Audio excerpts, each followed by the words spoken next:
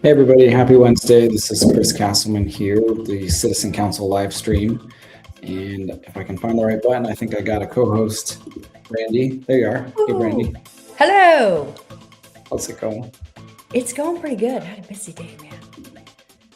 We we will be without Perry tonight. He's traveling. Okay. So just the two of Whistle. us. Is he doing anything interesting?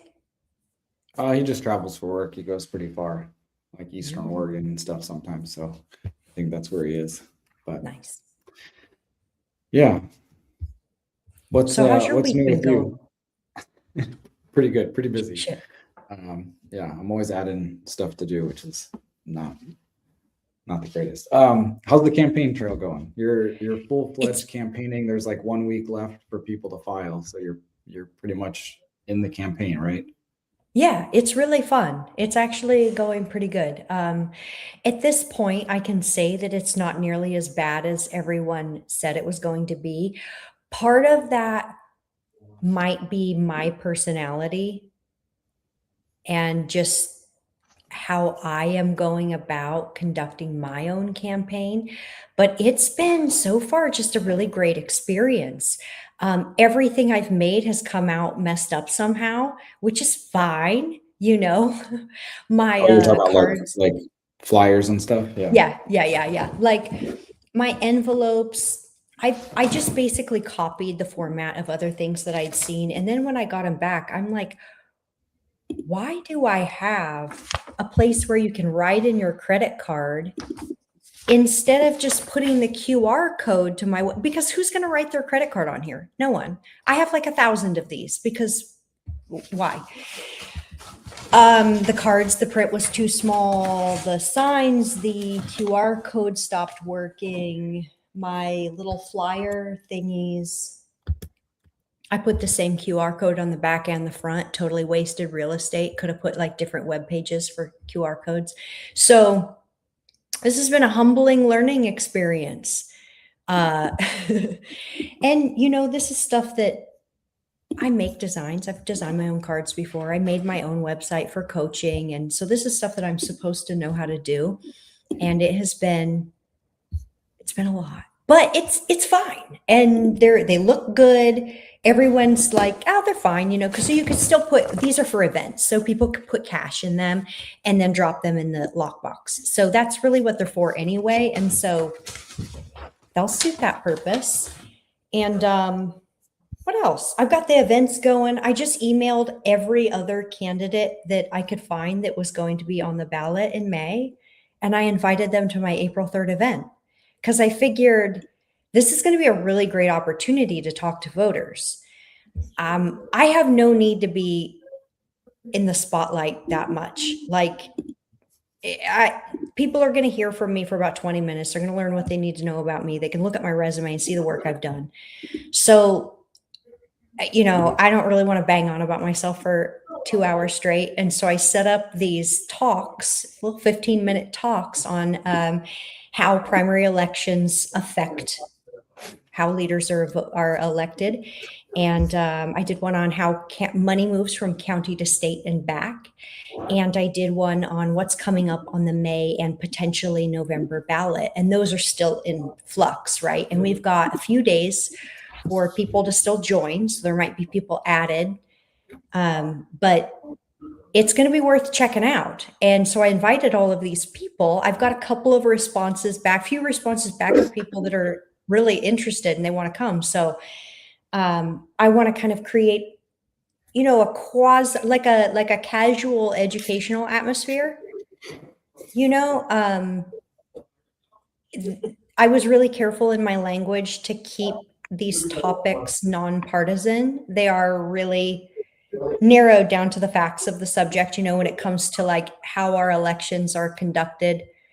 I could go into the problems with paper ballots, right? But that's not the point. The point is how to maneuver in primary elections, because independents, non-affiliated voters are locked out.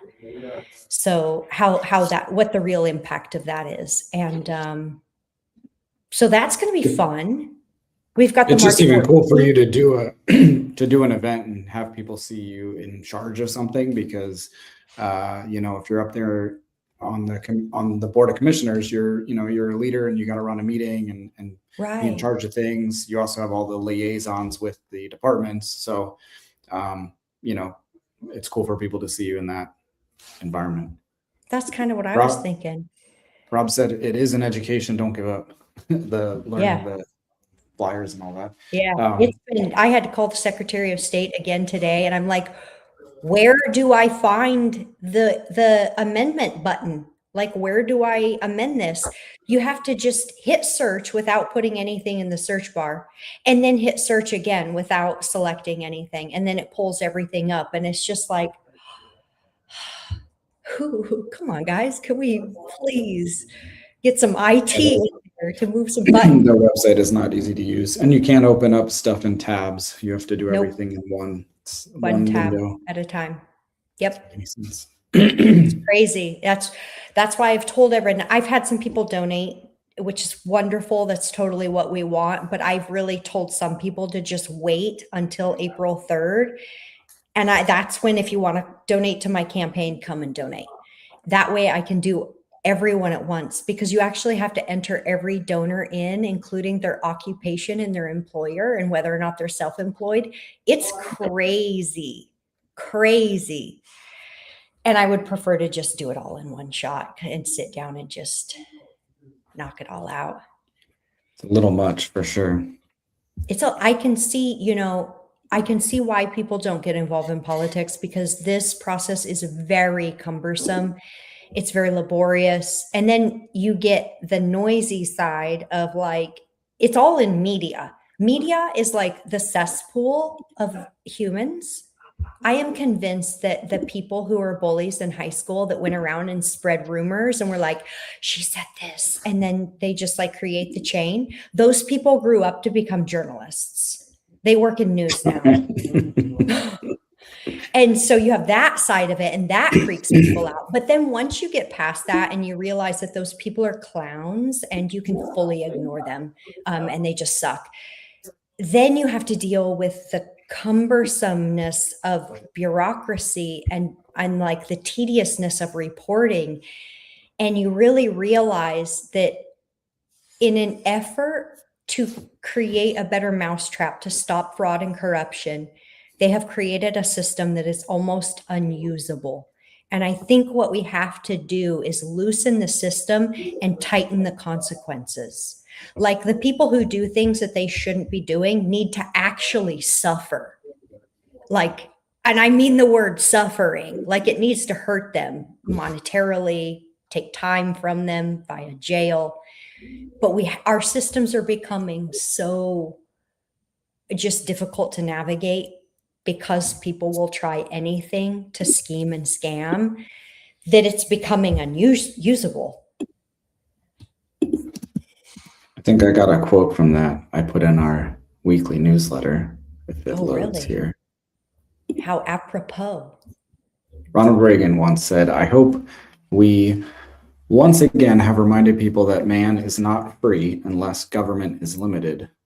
There's a clear cause and effect here that is as neat and predictable as a law of physics. Government expands, liberty contracts." It's true. That's true. I've seen it, and I could cite a whole bunch of examples and get super academic.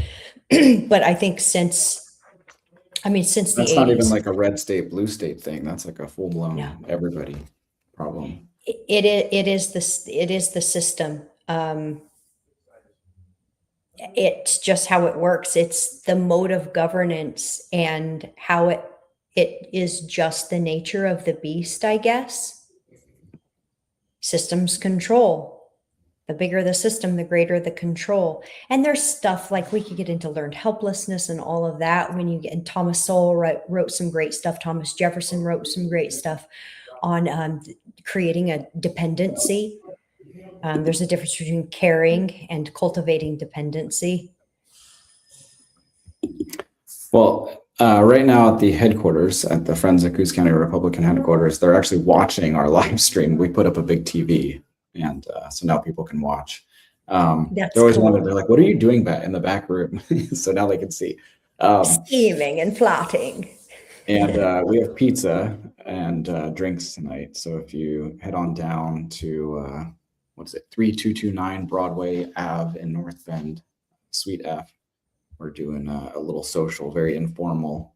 And while I'm at it, Saturday as well, we do a coffee hour. I know probably people who watch the show hear this every time, but there are people who watch the show who might not have heard of this. So every Wednesday from 7 to 9 at night, and then that's pizza, and then Saturday we do from 8 to 11.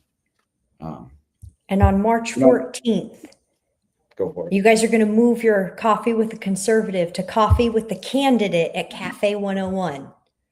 Oh yeah. I don't have your thing. I don't know where it is right now. I just I sent could it look to for you. it. Go in your Did messages. you? Should have had that ready to queue up. Well, the Facebook We gotta- changed the messages, and let me find it. Let's see. Can I do this? What was it? Well, just tell them about it again. It's the Cafe 101. Oh, it's right here. It won't open. I'm like I'm forwarding it to you, resending it. Anyways, it's the morning of this debate. So Yeah. what time was it at Cafe 101? I think we did 9 to 11. 9 to 11, Cafe 101. Brandi's doing a meet and greet. And then we have this event in the evening at Marshfield High School Auditorium. 5 p.m., we're doing a local candidate forum. That's like commissioner races, clerk, sheriff, state representative. And most of those candidates are going to be there, which is going to be pretty cool. It's going to be quick. It's going to be like our meeting last Wednesday where like people only get a couple minutes tops because there's just going to be so many candidates. But it'll be a nice way to introduce everybody. And then at 7 p.m. is the main event. These three candidates, Ed, Danielle, and David, will be there. Adil, Danielle Bethel, David Medina. And we're hoping to get Christine Drazen and Chris Dudley, who are the other two main candidates. But I don't know if that'll happen, but we're trying. I invited them to my April 3rd too. We'll see if they show up. I don't have my hopes up.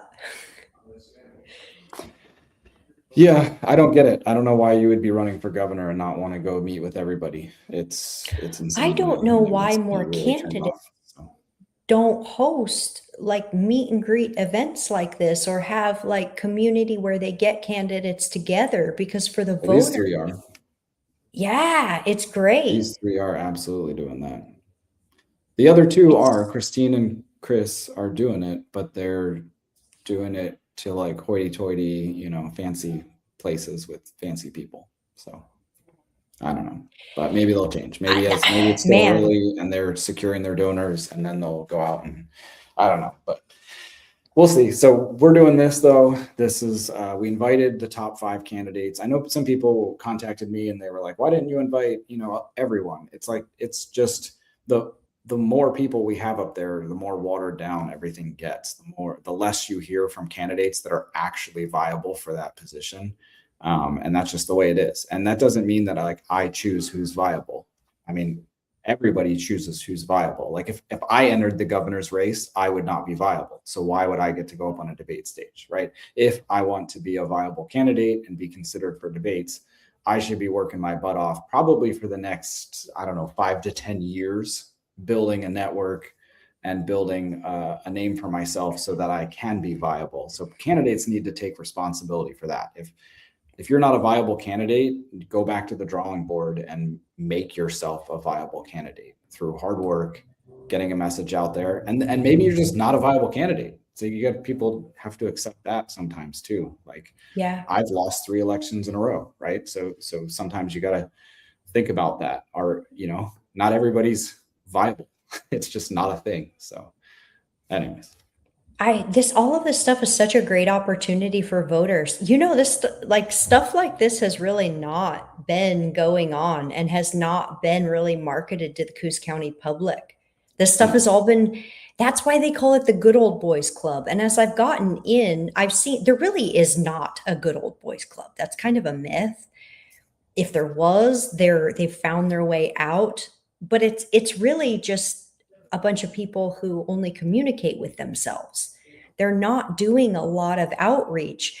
A lot of the chamber events are just for chamber people. A lot of Right, the like cities. there's a club by default because there's no other club, right? There's Yeah, no kind of. competition. There's no, but we're changing that, which is cool. Well, We had a people meeting have been, last week, which was like, wow, like we had a pretty darn good attendance. It was the meeting flowed well. We yeah, it just we got a lot of candidates in there that wouldn't typically come to a meeting like that, and I think it all went well. Like it was nobody's awesome. feelings were overly hurt. There were some moments, but it wasn't That's terrible. that's exactly what the people are wanting, is just an authentic opportunity to interact with real people. There's a picture from the meeting. Oh, That's I thought I was going to play a video. no, I it really doesn't. like Claire Lynn. Yep, that's Claire on the left, talking to the crowd. She's running for state rep. For I forget what district. District 9, I think. It's like this northern half of Coos County, and then kind of branches out, goes up the Yep. coast. It like cuts off at Coos Bay, kind of goes up and over from Coos Bay, and then down is District 5, I think. Yeah, the other one District goes all the way 4? down to the coast. That's Court Place. I believe he's running unopposed. So, No, District 9. No, we District will 9 be- is Coos Bay and North. District 1 is South. Oh no, she's running for representative, right? Yes. She would be And if you District. go to cooscountyconservatives.com and click on the top, there's a link for elections. It kind of breaks down the elections, like all I the hope I different got that races. right. These You see- maps are you guys actually really hard to read too. Like, why is Coos County broken up into all these different districts? Where we have Coos County is broken up into 2 different House districts and 2 different Senate districts. Doesn't that break apart our power as a county? Yeah, I don't sort of. like it. There's an initiative, I believe, that is going to be on the November ballot, or they're trying to put it on the November ballot to have it by county. So each state representative would just be elected. The geographical region would be the county. It should. Well, like 100% should be. Because counties tend to consolidate like around economies. So just by natural way of being, where there is an economic center, that county kind of has formed around that economic center. And so when you talk about representing people's interests in politics, you want representation for your economy. Because what happens, that's how we see rural economies get ripped apart, because we don't have enough representation fighting for us here, just ourselves. And they Yep. lump us in with Eugene. So we have to fight our Very rural manly. interests against Eugene interests. That doesn't work. That It's also like a really disenfranchises us. weird district to travel to get around to know people and stuff too, you know. Like say you and I ran for that. Well, you're in the southern one, so you'd have to get to know everybody south of us. And then if I ran for this one, I'd have to get it to everybody north of us. It's kind of weird. But And is it done because it gives us so what I see has happened is that half of Coos County has gotten pulled into one district, and half of Coos County has gotten pulled into the Eugene district. And what that does is it dilutes our rural conservative voting power. It takes away, because they basically cancel all of that out, and it does disenfranchise voters. This stuff is a form of corruption. And like, this is literally what I was writing about and working in Washington, D.C. about 15 years ago. And I thought I was going to get away with it or get away from it. And here I am, pulled right back into it. Yep, gerrymandering. Now you're back into it. I had a cool news story that I had been following. I don't know if you guys had heard about this. This is a county in Arkansas. This man named Aaron Spencer. I don't know the total details on it, and I think part of it's because there's a case pending. But he was arrested for murder, and his daughter, they caught his daughter meeting with some older man, much older man, and the man was grooming her and he was sexually abusing her, and he ended up confronting the guy, and then there was an altercation and he shot the guy or something like that, killed the guy. Don't know all the details, but a lot of people in the area were like, yo, this was like a not an okay arrest. Like, this guy was completely defending his family against a predator, and he does not deserve to go to jail for it. So he ends up running for sheriff and to reform the entire law enforcement apparatus in that region. And he won. He won last night. And he's going to be on trial for murder. Yeah, I don't know how they're going to work that. But yep. I don't know how are they. He I actually have a won. lot of questions. Yeah. I have a lot of questions. How old was the daughter? I don't really remember. You'll have to look it up. I'm sure there's going to be news stories on it. He did an interview recently, I think, with CNN. But yeah, Aaron Spencer, Lono County in Arkansas, and yeah, interesting story. So, dude just won sheriff, and I think the incumbent was there for like 12 years or something like that. So, pretty interesting. We wild. actually yesterday just got somebody to enter our local sheriff's race. So you have incumbent Gabe Fabrizio, and he's going to be running against Mike Nard, who I believe this would be his third time running. Oh, okay. But I just talked to him today. He's got some cool ideas about how to, deal with the jail situation, right? Because we don't have money for it. So what do? You just sit around and complain? Well, he has some ideas. He would like to use non-sworn personnel to run certain portions of the jail that are not required to have, like a sworn deputy. And they have done that in the past, I know. That's one thing he'd like to do. And then also, I don't know how popular this is. It's popular with me, but I don't know with the rest of the public. But he would like to move more people to the jail. So less patrol, more jail. Just a bit different allocation of resources than we have right now.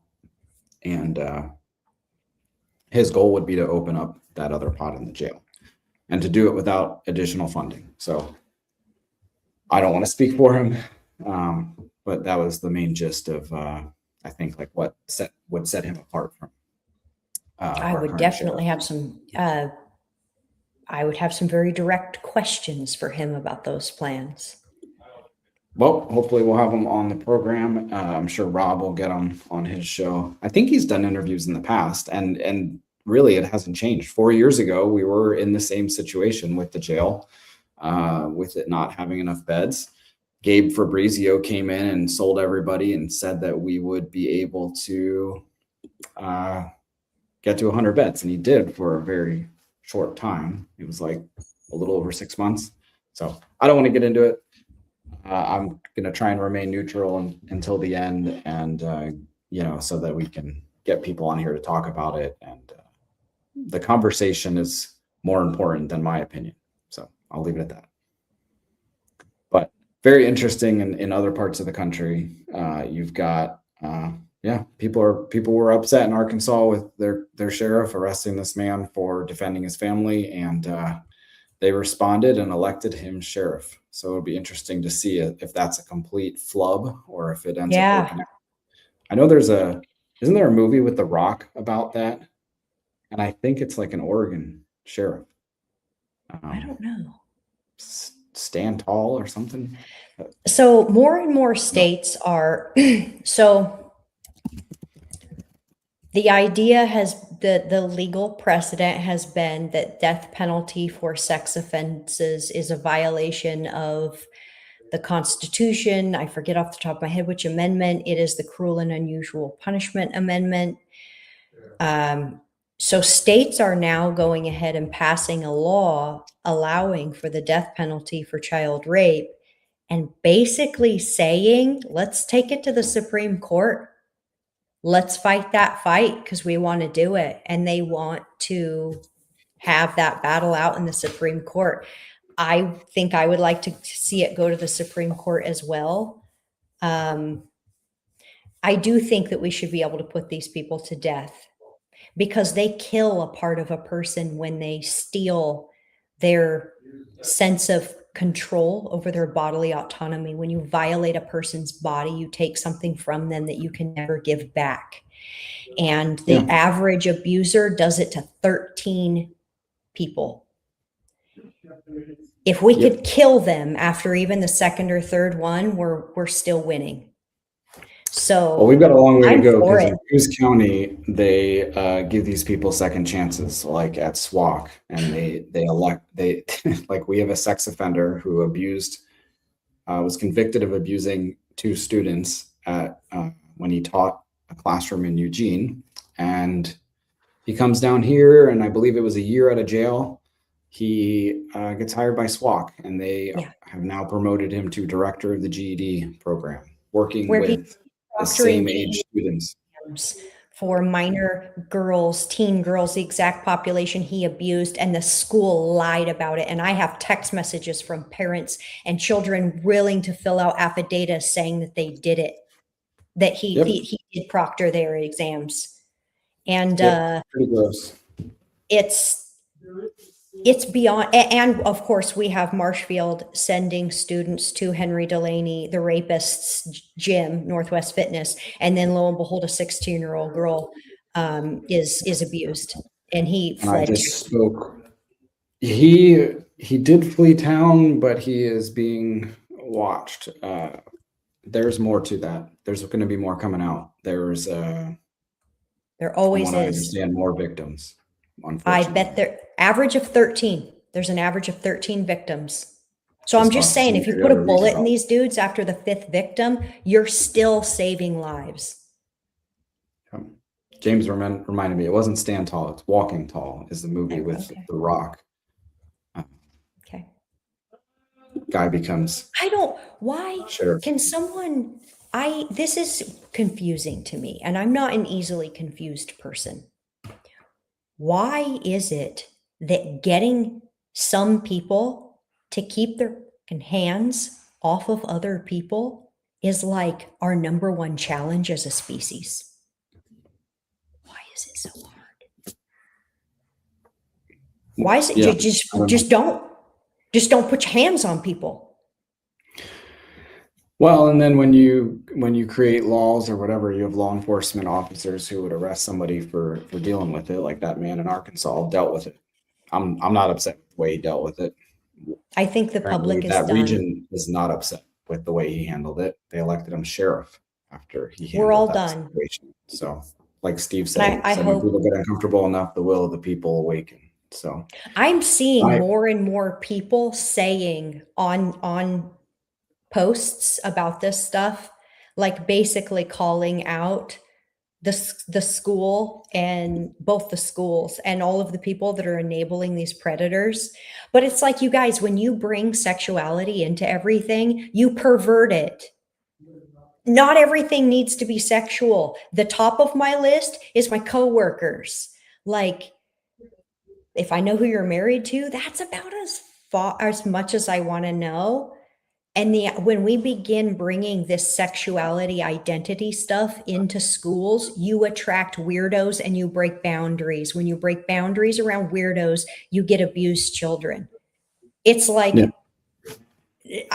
no circumstance should a school be hiring sex offenders. It just shouldn't happen. Under zero. I mean, if anyone at SWAC right now, today, was witnessed doing the things that Curtis Buell did to his students back in Eugene, if that was witnessed today, he would be arrested. He'd walk out in handcuffs, and there'd be a whole trial, and he'd be convicted, and he'd go to prison, and he would never be allowed to teach at that school again.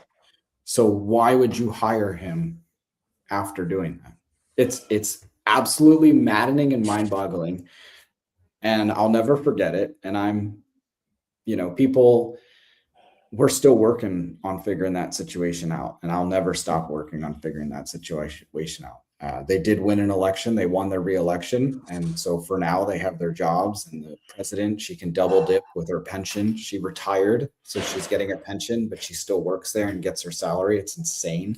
It's just such a lot of gross insane things. taking of an opportunity that could, like, she already got hers, and she's obviously not doing a good job if she's putting a sex offender in charge of GED classes. It's insane. Excuse me, GED tests. Be very specific here. So why not just let someone else in to do? These people can't steward. If you can't steward to the point where you need to take a retirement pension and a salary at the same time, you obviously shouldn't be running a school, because school should be the epitome of stewardship. So do your job and get out and let someone else step up. $250,000. I just over $250,000 or something crazy like that. I don't understand how, like, hiring. How do people should be mad? I'm mad. It's like, how do people not look at themselves and be like, I might be doing a bad thing? Well, like, those people are evil. No, like straight up, like Patty Scott, the president of SWAC, is evil. I'm not afraid to say that. Like, somebody taking that much money and protecting a sex offender is evil. Straight up. You don't have to try. I was trying to think of a counter argument in my mind, but it's when you just say it for what it is, it sure is. Yeah.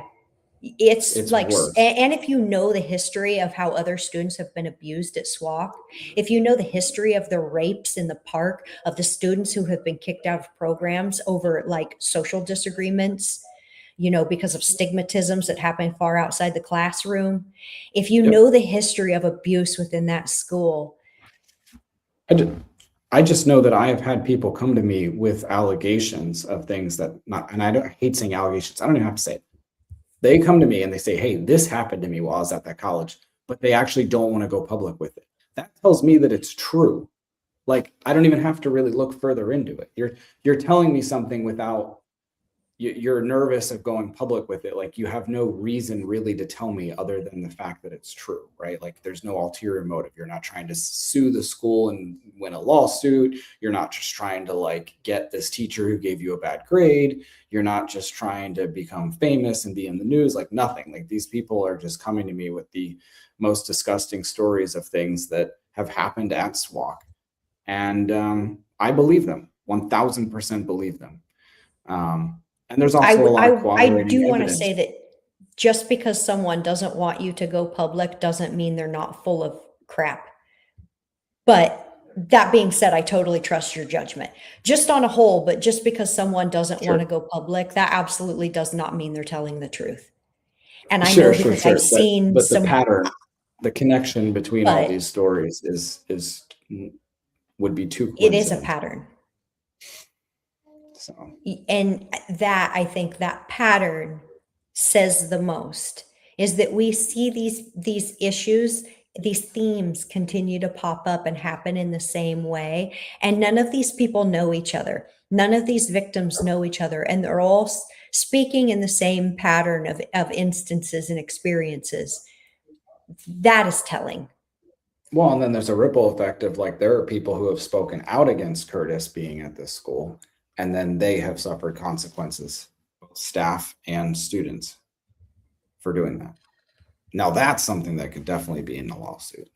But I would sue. I'm not a lawyer, and I don't have the money to hire one. So I would empty my 401k on lawsuits. I give zero Fs. I wouldn't have to, but I'm just saying. I know it's pretty crazy. You know what? Lawsuits are a really, really good way to get things done in a non-violent way. Well, we could also replace them in an election. So next spring, there'll be 3 or 4. Actually, there might be 4 seats of available. I will say though No, that I think if crazy. children keep getting abused in our local schools, we're probably going to see like some legit riots. I think people are just about at their breaking point where we're going to start seeing bricks through county windows if like this. I don't I've know talked about to that, some but yeah, people there that are was a starting to recent one lose their from North Bend. minds. What's that? Yeah, there was a recent one that just came out for North Bend, and I think the Yep. incident was like years ago, but it just came public. Yes. No, the frequency is true. No, it didn't just come to light. It had been going on for years. The initial wow. complaints were years ago, and they just released documentation and let the guy go recently. And now he's trying to sue Rob, or he was threatening to sue Rob Taylor, or no, he was threatening to sue Robinson's Doug Washington. Yeah. And I told him I would contribute to his legal fund. It's not defamation if it's true. And That would be some interesting discovery for that case, you know? if Walk that right dude into took that it to one. court and sued Rob, he would basically make himself famous. Everyone would know that he was, it's just so brain dead. Yep. Yep. Well, what else you got? Man, Any other current events? my flyers still haven't come. I'm really upset about it. They are delayed in the mail. I keep getting excuses from Vistaprint.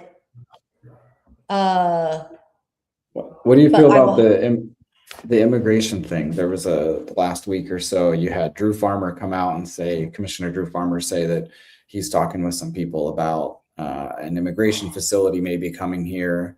And then he came out and said, no, it's not coming here. And then the city of Coos Bay actually put out a press release condemning any sort of federal immigration facility being built in the city limits. And then they even said, and beyond.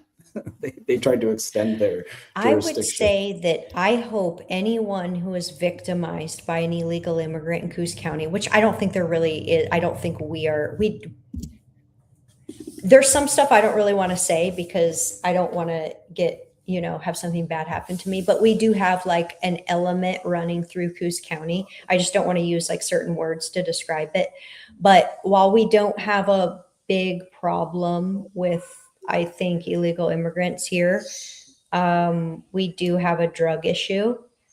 And I really hope that if anyone here in Coos County is victimized in any way by someone who wasn't supposed to be in this country, I hope they sue the crap out of the city and the county for not doing everything they could do to make sure that we're safe.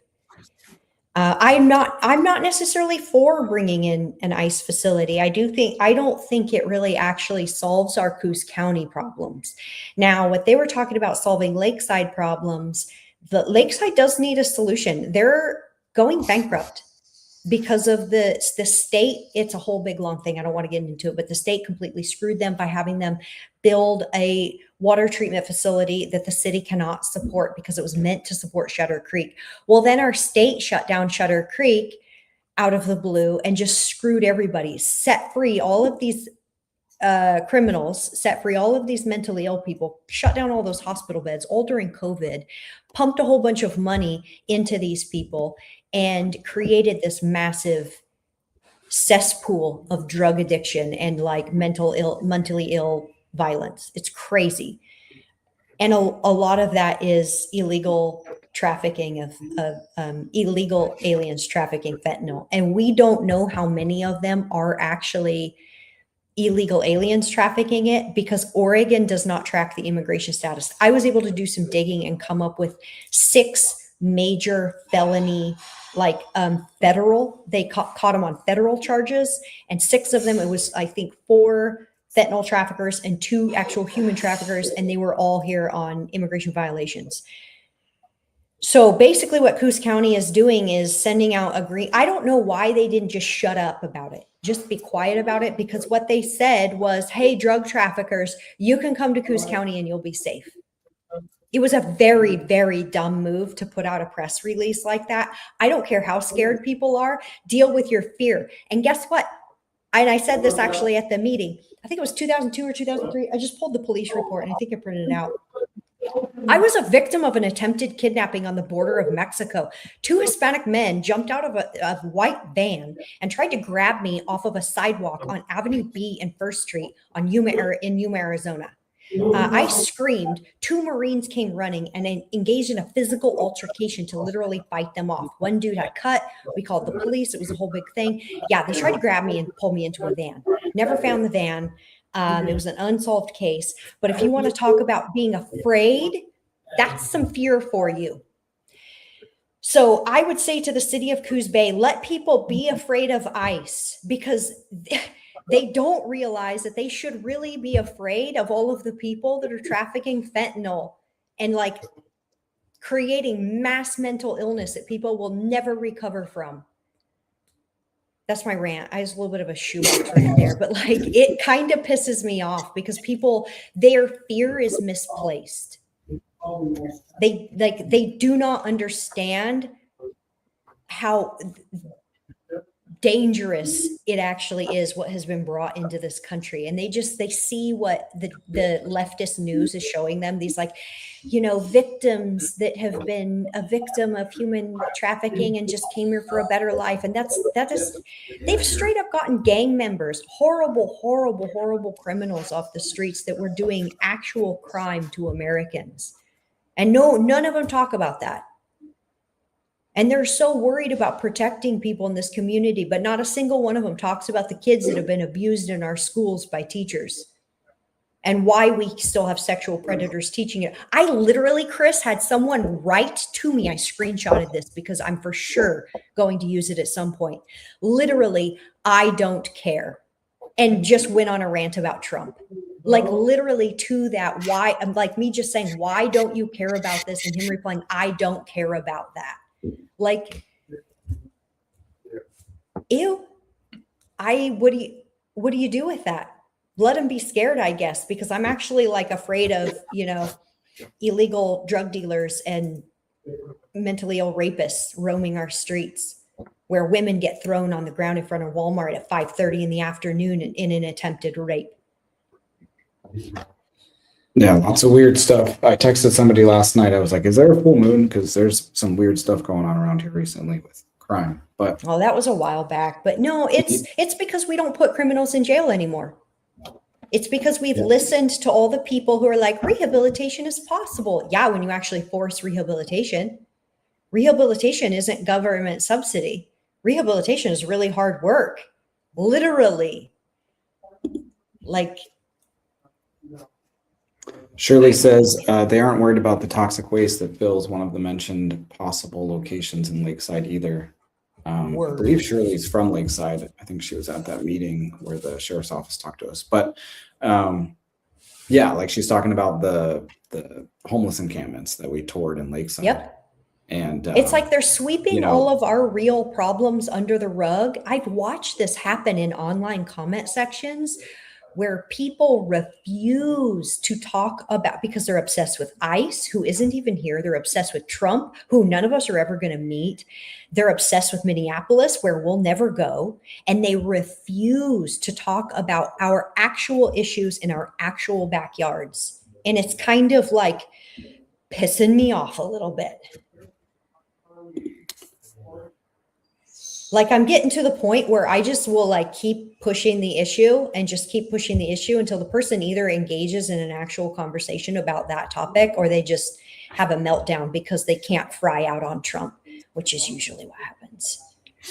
Well, I believe one of the the possibilities was bringing this to just outside Lakeside, this immigration facility, and it would bring in some revenue for the city, and it wouldn't cause. I don't understand why. And I think, I don't know. It seems like why didn't they just move it into Shutter Creek? Yeah, I don't know either.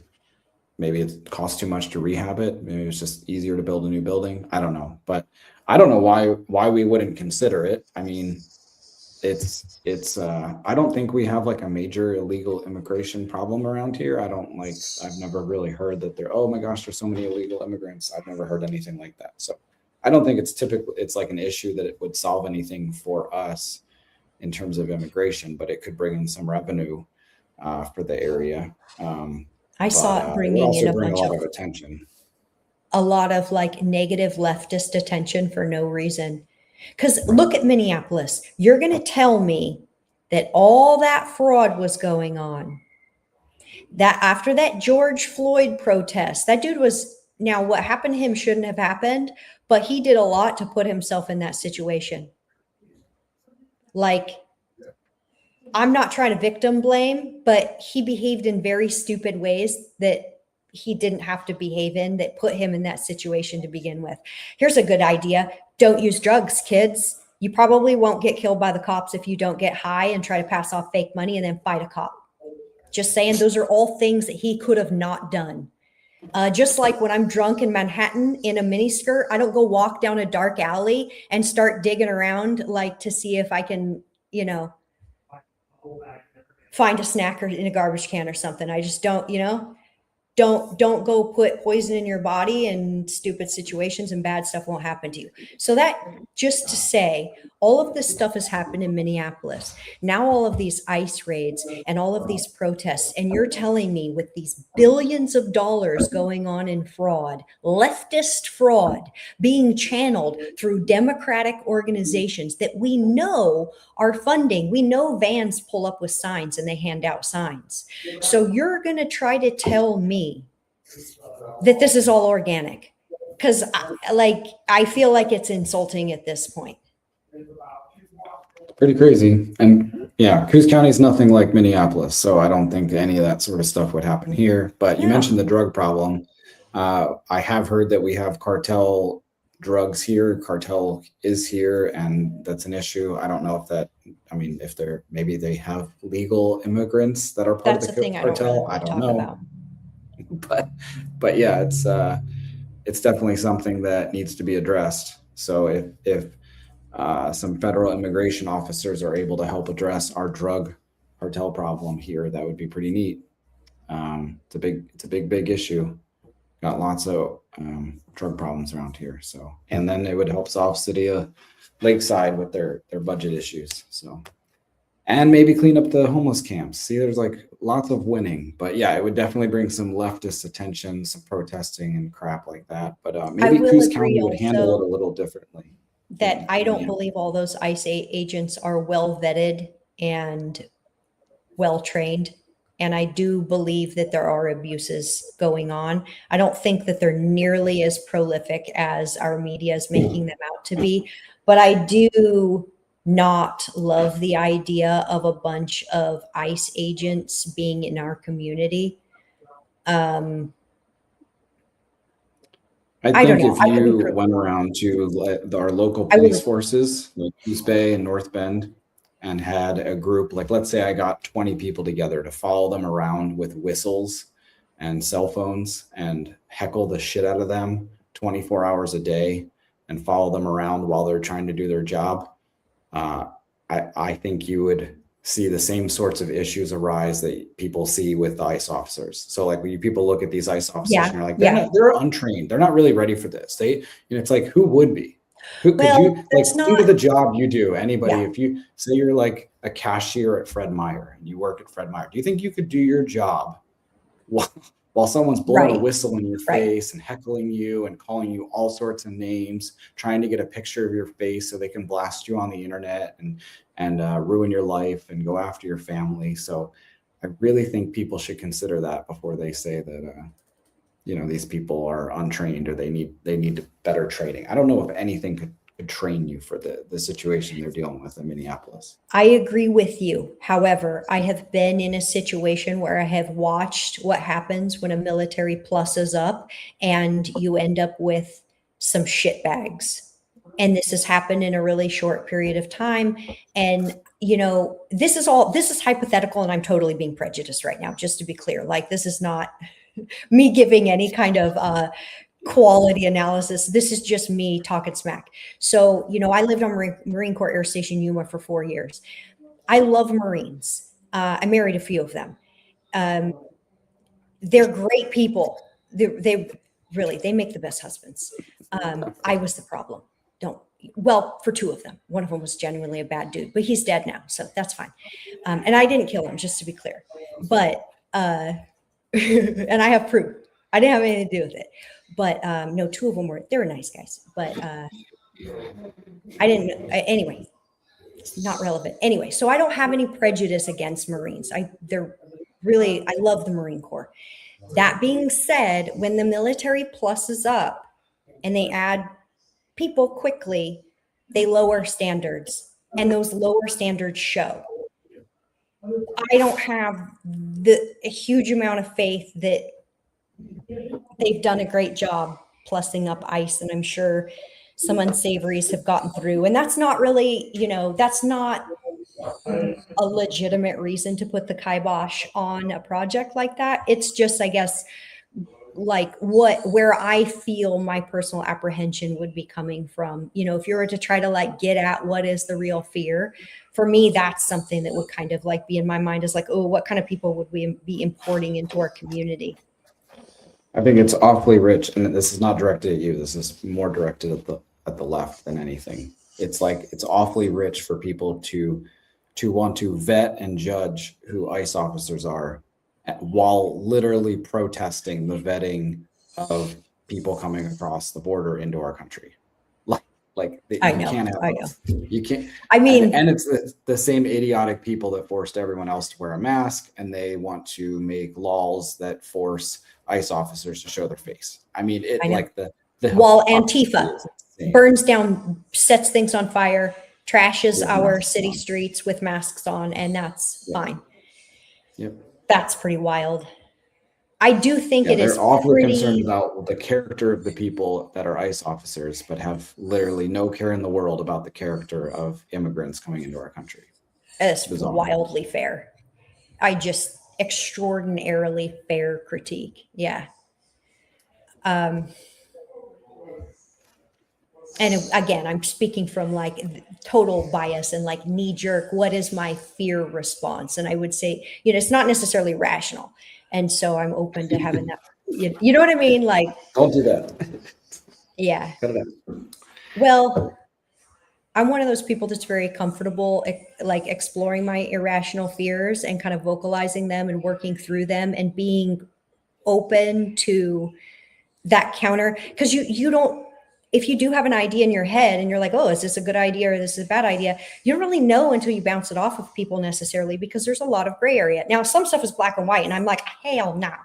But there's a lot of stuff where it's like, ooh, am I having a knee-jerk reaction to this, or am I like off base? And so I hope that doesn't freak people out too much, that I'm very comfortable working through my own like stuff. I got a good example for that. My mom called me the other day. My mom called me the other day and she goes, I think something really crappy just happened. I saw a commercial for a Trump watch. She's like, why is the president selling watches while he's bombing Iran? And I was like, it's definitely tacky. Like it's not something I would do if I was president. I'm like, however, Trump for decades, that's how he makes money. He's made money off of his brand, off of his name. So Trump is not doing anything different than he's always done. And if you compare it, so like the knee-jerk reaction, right, is like that's crazy. Why is he selling watches, right? That's the emotional. But then when you rationalize it, you're like, well, but like what do other presidents do? Because Trump's doing what he always does, and he's not taking a salary as president, right? Then you have these other presidents like Biden, who's worked his whole life off the public dime. And then when he gets, into being vice president and president, makes all this money off of selling books and going on speaking engagements and things, and his wealth skyrocketed from becoming president and becoming vice president. And Trump's, I don't know what his net worth is at this point, but I'm sure it hasn't been wildly affected necessarily positively by being president. So I don't know. It's just like when you look at it rationally, you're like, is he like profiting from being president like these others have? Is that a fair assessment? Mm-hmm. I don't know. It's definitely tacky. My mom's like, that's a good word, tacky. It's tacky. Yeah. To sell watches while you're bombing Iran. That's definitely weird. But is it like immoral or improper? I don't think so. He's doing what he's always done. Donald Trump. Kind of was he personally like peddling them right there in that moment, or was it a pre-recorded commercial done by? It was probably a commercial, by. I mean, if he was like, so, oh, look at that. It's like in a missile press o'clock. Buy a Trump watch. You know, like that might would be a little very gauche. improper. Yeah. But I don't know if it's just a commercial, like it was just a commercial. My mom sent me pictures of his sneakers. They're Trump sneakers. They're like gold. They're very over the top. Yes. And my mom was like, oh my God, can you believe how ugly Body. they were? And I was like, Yeah. I don't hate them. Like I'm not Really? a sneakerhead, but Okay. if I was,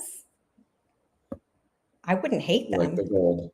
Okay. I do. I'm very. But it was just interesting. You brought it up about emotional reactions, and we talked about that. Like, you know, like what you can react to something, but then you got to like recenter yourself, think about it. Like, how does it compare to what somebody used to do versus, you know, what they're doing now? James is telling me there's no more pizza. So, well, James, now I don't have a reason to sign off in 5 minutes. So, you guys better have some pizza out there. Yeah, you know, I think it's important to be able to like be open about like where our hesitancy and our reluctance is coming from. For me, that stuff just comes out. I don't know. I don't have like that. I don't know. I don't have the keep it in me gene type thing. So the thoughts just kind of will come out. You'll either be loved or hated for it. Or So far, it has not been bad. Honestly, I thought it was going to be terrible. And so far, it's been wonderful. So luckily, people have gotten to know me and been really interested and shared ideas and really like been willing to hash through ideas. And it's debate and it's been wonderful. I guess that's. I'm going to go eat some pizza. My word to everyone is don't be afraid of putting yourself out there and really just like putting your thoughts out there, honestly. And if someone's like an asshole to you, just be an asshole back. But like say what you think. I think we've had too much of people biting their tongue and being afraid to say the wrong thing for too long. Just as long as it's constructive. Yeah, I mean, be willing to have these conversations. Going on what? Like just Facebook, like social media blowing up on everybody. I'm just going to say whatever I want. No, it needs to be constructive. You know, be respectful of people's eyeballs. How do we solve things? But yeah, don't hold back. Like if you've got ideas, bring them forward. We need lots of people getting involved, lots of ideas. So man, I'm a big there's no dumb idea type of person, because even if it doesn't make it through the first round, that might spark different ideas. You never know. You just got to put stuff out there. Be willing to work through it. We got a big week next week. We got a governor's debate, some other events going on. So it'll be fun. That'll be a long night. Yeah. I know. I think I'm going to moderate the first section, the candidate forum. Taryn Weiss is an activist, podcast, or social media personality. She's going to do the main event. She's really good. So it'll be fun. Cool. I'm looking forward to it. Well, do you got anything else? Oh, I could go on forever, but I think that's enough. I think everyone's probably had enough of us for tonight. All right. Well, we'll see you all next week. Thanks for watching, people. Thanks for commenting. Surely we do care about Lakeside. We will follow up on that. I've got some ideas. So. Thanks, everybody. Good night, everybody. See you later.